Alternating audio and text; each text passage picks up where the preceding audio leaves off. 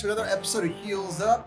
This is a very special episode. We are doing our very first pay-per-view review, and we picked an epic pay-per-view. We didn't pick a fly-by-night throwaway, flash-in-the-pan pay-per-view that no one's going to remember. No, not at all.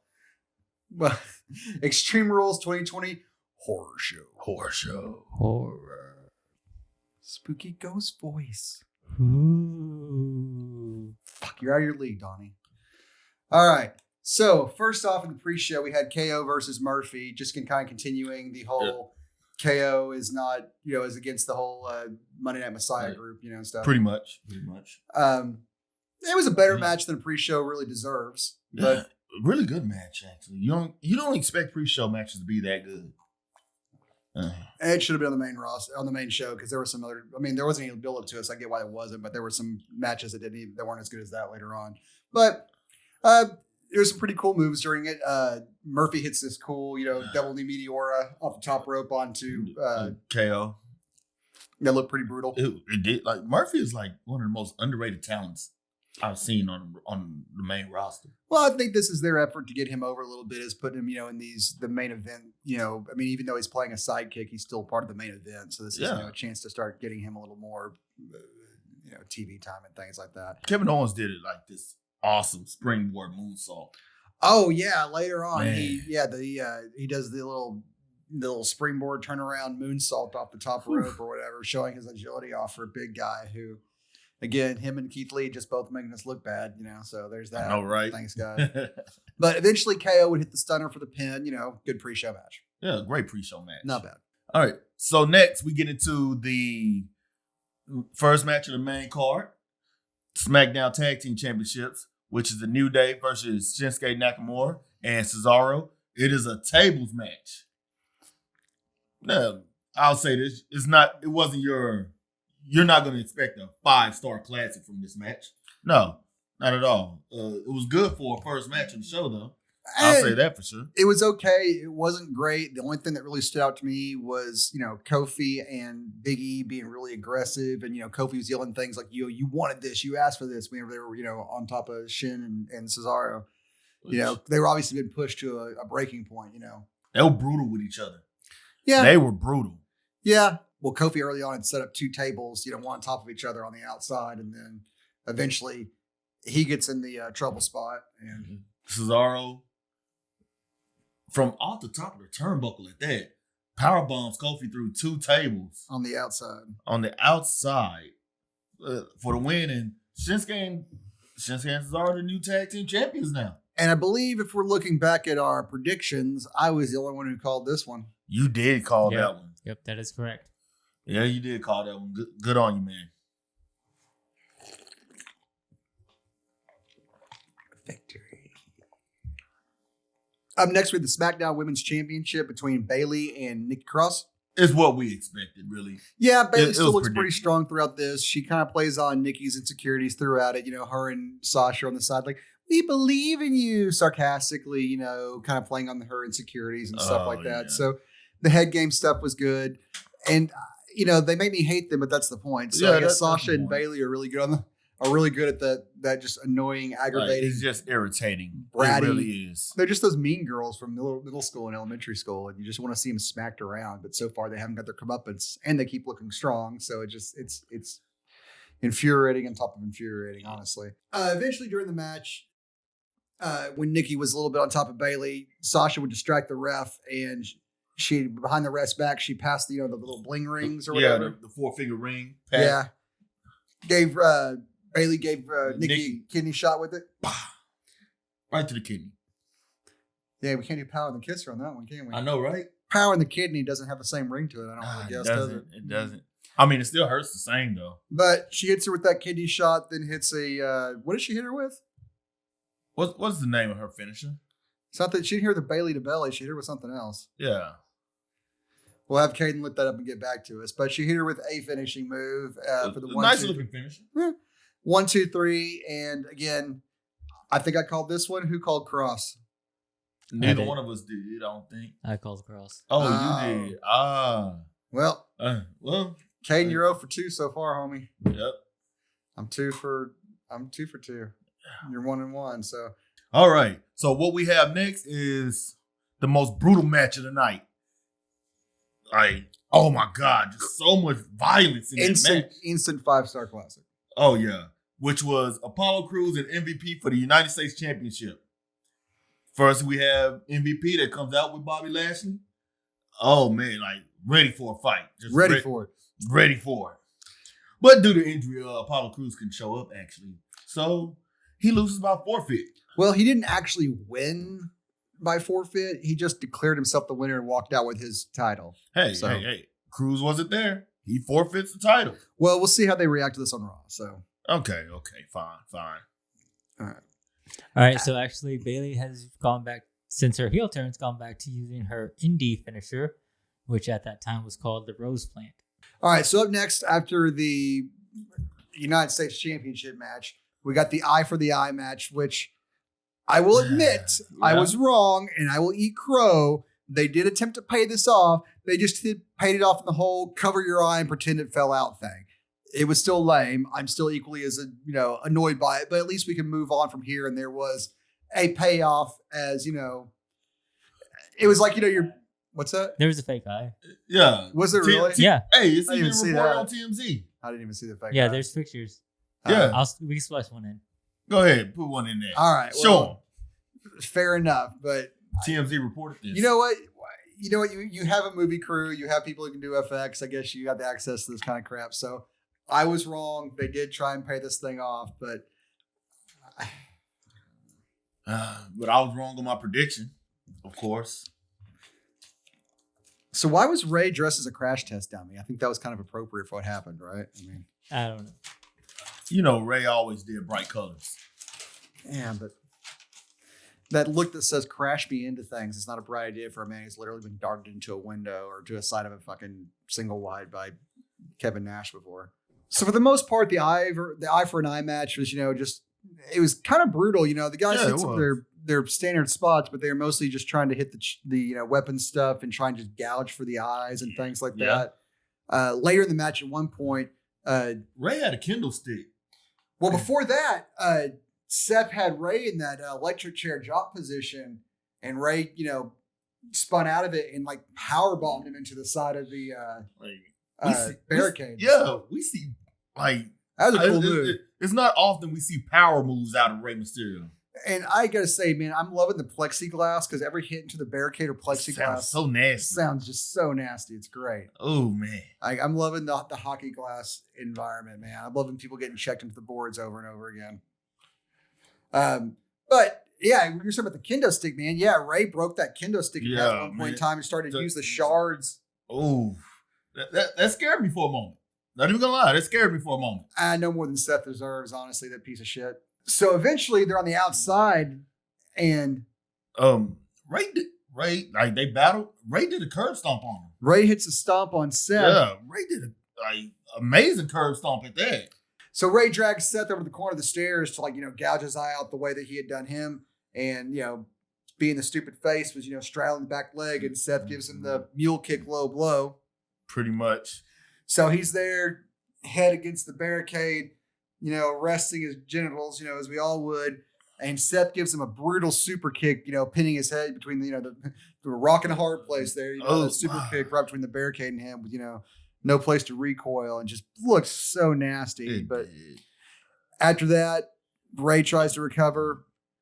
Didn't work out. Seth hits a stomp of his own and then takes him over To the stairs and gouges that eye out. Just the same way he did before, which is what started all of this. So Dom comes out to help Ray back, and he's selling that his eyes popped out and all that good stuff. And Seth was puking. Seth looked extremely disturbed by what he had done. He puked, And which I probably would have too. it's okay match, I guess. I like the brutal nature of it more than the finish of it. And not just because I was wrong, just because We saw a different side of Ray. yeah, all that was good. All that was fine. It was just the fake eye popping out payoff just seems a little, I don't know, man. It's about as magical as your uncle pulling a fucking quarter out from behind your ear.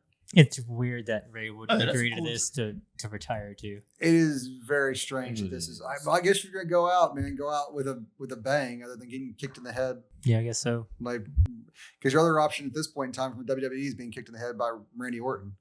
Pretty much. That's their retirement package. Some sort of CTE. So next up, we have the Raw Women's Championship with Asuka and Sasha Banks. Sasha looks strong as usual in this match. Yeah, she keeps working over Asuka's arms a little bit, so Asuka can't lock her submissions in later, which is a fairly good strategy. Smart strategy. Sasha looks strong and smart. Yeah, she power bombs Asuka in that plexiglass later on, man. It's saying once again, that looked brutal as hell. Like, dude, sounded all that plexiglass is just. It's making up for the lack of crowd sometimes, man. Yeah. Just the noise it makes. I think they should keep it. Agreed. I'm totally into it. I mean, I know they like having the crowd interaction when the crowd's there, being all like fall into the crowd and stuff, but that plexiglass just sounds great. So Sasha hits the frog splash for 2, and then it transitions to a bank statement. Of course, Asuka rope breaks. Yeah, it's a pretty hard hitting match so far. You know, I'm digging what both women are doing, but I look. I get that Bayley and Sasha are both champions, and Sasha's a champion that's taken, Charlotte, to the limit and back over and over again. But Asuka should still be in their class, and I wish she would look stronger in some of these matches. You know, I feel like they're kind of giving Sasha and Bayley a little bit too much in these, but that's just me. Yeah, I even noted in our notes here, Sasha was mugging during this match the way her and Bayley have been doing, kind of making this whole thing look easy. Like everybody looks like easy work here. Well, they shouldn't be able to get away with that with, Asuka especially. So Asuka gets the German suplex and Sasha flips out of it, landing on her knee. And it looked like she landed hard because she goes for a move off the second rope after that, and she looks like she slipped off. Yeah. And I honestly couldn't tell if that was a real injury or a kayfabe one. That one was one of those that was kind of hard to tell. Yeah. It was. So, after that, she's the ref, like you said, the ref was asking her, do you want to quit? And so she was like, no, she was determined. She had to win this. Told the ref basically get the hell out of her face and stuff. And she was screaming over to Asuka, I have to win. I have to win. Pretty much while Asuka has Sasha in the submission, Bayley throws in a belt because, this is predictable. Bayley gets involved. She threw the belt in there so she could interfere while the ref is is distracted by one belt. Bayley tries to go in there and and hit Asuka with the other belt. Asuka kicks her in the face. Asuka gives her a nice stiff kick in the face for her troubles, and Bayley's out of the ring. And while that happens, Sasha grabs the other belt to hit Asuka with, but the ref sees her and tries to stop her.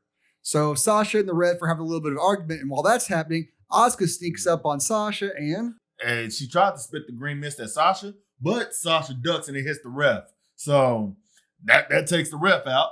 But while the ref is out, Bayley interferes again, hits Asuka with the belt, goes ahead and steals the blinded ref's shirt, and counts the 1, 2, 3. So she goes and makes the timekeeper hadn't run the bell, so she goes and makes the timekeeper ring the bell, grabs the bell, and basically bails out of there with Sasha. So I hate that finish.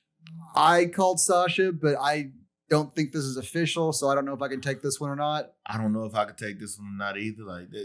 I think it counted as a no contest. Yeah, but she is, like you were saying with MVP earlier, man, she's the one walking around with the belt now. So if you're going to count MVP, I guess we got to count Sasha too. That's because Apollo didn't show up. Asuka was there. Yeah, but Asuka also didn't lose. It should have been a DQ the moment that ref's eyes got hit with mist.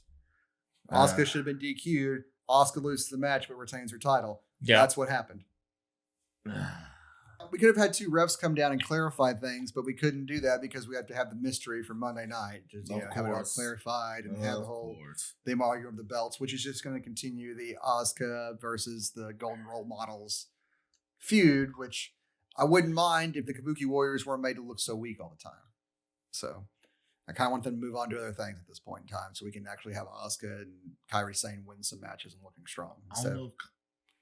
So that's if Kairi Sane is going to be around. After the Raw Women's Championship match between Asuka and Sasha Banks, We got Dolph versus Drew for the WWE Championship match. Oh yeah. With a stipulation TBD. Oh yeah. Well, like TBD.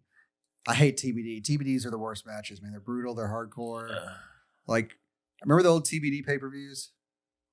Am I mixing something up here? Yes, you are. Oh, okay, well, Yeah, close you enough. are. Close enough. But I was excited to hear it was going to be TBD. I really was. you know, Like when they said TBD the first time, I thought it was that thing I got back in Saigon. yeah, I think you're confusing that with something else. All right, well, so it was a to be determined because Ziggles did the very clever thing of telling Dolph he wouldn't let him know what the stipulation was until the very moment of the match. So our stipulations for the match were Extreme Rules for Ziggles only, and Drew's championship advantage was nullified in that he could be, if he was disqualified, he'd lose the belt. If he was counted out, he would lose the belt. So no matter what, if Drew lost, Drew loses the belt. And Ziggles, of course, has access to a retinue of weapons and dirty moves. All Extreme Rules. Like, I like it. It was smart. It was very smart. Clever move. But during the match, it was mostly early on. It was, Ziggles was trying to get weapons and Drew was stopping him and getting frustrated that he couldn't use the weapons himself. Dolph set up a table on the outside at one point in time, and Drew picked him up and started to powerbomb him through it. But he just powerbombed him to the floor. Turned around, powerbombs to the floor. Because he knew he could, if he did it through the table. And that's when you could see the title. Yeah, that's when you could see the frustration really starting to kick in with him, Later on in the match, the weapons shots and stuff, the dirty tactics from Dolph started. Dolph was giving it to him, man. That table that was on the outside. Oh, yeah. He ends up getting Drew on that table. Hit a flying elbow off the top turnbuckle to the outside on that table. It was, man. And it wasn't just that the move was brutal. You got to remember, Drew's got to beat the 10 count into the ring. And it wasn't just like you got 10 seconds once you recover. Like, it should have been 10 seconds once he was outside and put on the table in the first place. I think the ref kind of cheated and started the count over when Ziggles got in the ring, which he shouldn't have done because Ziggles doesn't have a count. He's on the rules. They're refs. But yeah, it is what it is. But Drew beats the count at 9, just barely. And then that's when Dolph gets frustrated and hits him with the Famouser, the zigzag, and then a rock bottom on chair. They called it Uranagi, but it was Uranagi. Yeah. It was a rock bottom. Yeah, it was a rock bottom. Same thing. Doesn't matter. But he only gets 2 out of all that. So Dolph is pissed. He can taste it. He's so close. So he starts to tune up the band. Oh, yeah. Probably a bad idea to, telegraph to your opponent by stomping on the ground. Especially an opponent like Drew. So, of course, Drew just pops up and gives him that Claymore as soon as Dolph comes out of the corner, which is always just beautiful to see. It's almost as good as the RKO as far as out of nowhere sometimes with that kick. Yeah. So I'm thoroughly enjoying the Claymore as far as the finisher goes. Oh, yeah, Claymore country. But Claymore for Ziggles, and it's night. 1, 2, 3. Drew retains. Who called Drew? I think we all did. Hail to the king. All right, so next up, we have our theater match, of course, the main event. Braun Strowman versus Bray Wyatt. It's a non-title match. And first and foremost, thank you, Matt Hardy, for making these movie matches a thing because I love them. Yeah, exactly. Oh, yeah. So all credit goes to the deletion matches in TNA. It starts off with Braun pulling up in a truck and Bray in his rocking chair. Braun says he's home. Bray disappears. Braun starts trekking through the woods and he gets attacked by a couple of hillbillies who are suspiciously dressed with a wife beater and jeans and a jumper on, like 2 wrestlers who so formerly were with the WWE. Redacted. I don't know. He said Scott Hall both times. So after he beat those 2 up, he gets attacked by behind, he gets hit with a shovel. And he wakes up. Well, he didn't wait to get knocked out. He gets hit behind the shovel. And while he's on the ground, he turns around, looks up. And then like the evil version of him from Empire Strikes Back is like standing over him, and he with the sheep mask. And he pulls it up. And it's like, woo, spooky reveal. And he hit, evil Bray hits good Bray with the shovel and knocks him out. And next thing we know, Braun wakes up. He's in a chair, chained up. in what is that? The Swamp House? It's Wyatt's new cabin since I guess Randy burned the old one down. I guess he got a new place. Yeah. Welcome home, Braun. It's his summer home. Yeah, it's Pretty much. Bray's timeshare. He's got to be out of there this weekend. There's some nice couple from Boca coming. So it's the usual Bray Wyatt trite. The world is awful, and I'm going to watch countries burn, and we can do it together because you're special and you're like me, and you need to come home for real. And he does this whole, I'm going to destroy the monster you become, so you can become the monster you were supposed to be line. But all that is we've heard before. But the best part of this promo was the moment when Swamp Bray, I'm going to call him Swamp Bray because we're going to say there's three faces of Bray now, right? Yeah. So Swamp Bray acknowledges the fact that he's been locked in a void watching through his own eyes and not be able to control anything, which means these personalities aren't necessarily in harmony and they're all trapped in his same mind, and ones can be locked away. And you heard Swamp Bray going, I'm not going back now that I have control again. He was terrified of being locked away again. He didn't want to go back. Like, that was a cool little character moment there. That was. Yeah. Like, this guy deserves a movie role, man. Just let him make his own shit. Yeah, exactly. Yeah. When he's done with this, I hope he just goes into directing. But yeah, okay. But then there was a moment where Sister Abigail comes. Oh, at least what's supposed to be Sister Abigail. I think that's what that was supposed to be. And this woman in the black, because she was wearing the same kind of black lace getup that Bray was rocking when he was experimenting with his drag phase. I'm gonna guess that's supposed to be Sister Abigail with the snake. Guess so. And had a snake, And It's funny because everybody's connecting that to Alexa, but it's feeding in that no, Bray Wyatt kind of set this up with Sister Abigail and Alexa being, watching you. Well, it was just, I think Alexa, she just appeared as Alexa in a vision to allure him. I don't think Alexa really has anything to do with fuck all. No. I'm sure that was her, playing the part the whole time. Yeah. And I think that was really, really cool to see was her show up and be part of the story and, because we didn't think she had anything to do with it, but it triggered his memory. Yeah, that was neat. The callback was good. Her, being the fair sport and coming and playing the role was really cool. It was cool to see her in that playing that role. Even though it's not actually connected in kayfabe, it was still, outside of kayfabe, it was still cool to see. Yeah. I enjoyed it. Yeah, for sure. But yeah, so Bray asks Braun, he's like, you remember the snake, don't you? Snake. I'm a snake. Implying this was part of a ritual beforehand. He's like drawing him back in again by let him get snake bit. So the snake bites him. Braun wakes up in a field in a bonfire and beats up the fake Luke and the fake Eric again. Yeah. After that, he's hearing Alexa's voice, and they keep playing some flashbacks of their mixed tag team match to remind us of their relationship previously. And it's really just a lure and a trap, and Bray attacks him, starts like gouging at his eyes, but Braun throws him off. Choke slams him onto a boat. And the boat must have been Skarsgård, because that son of a bitch just took off on its own. Oh, yeah. So, it's good to see that even though Matt Hardy got fired or, left Skarsgård still got a job. Skarsgård still has a contract. So that's cool. Yeah, that's cool. It's cool. I'm glad to see him there. And he's gotten more screen time than, a lot of guys have recently. So, yeah. Play Skarsgård. Then the boat comes back and it's empty. Braun wades through the water and looks in it. And, Braun wades through the water and looks in the boat. Bray pops out and starts beating him with an oar and then drags him into the water. Tries to drown him. We have a little bit of moments of silence, and then Braun drags himself up onto the deck there, or the dock, excuse me, and fight along eventually. And then Bray just starts whipping his ass with. Oh, of course. What was it? Was it an axe? It looked like an axe handle.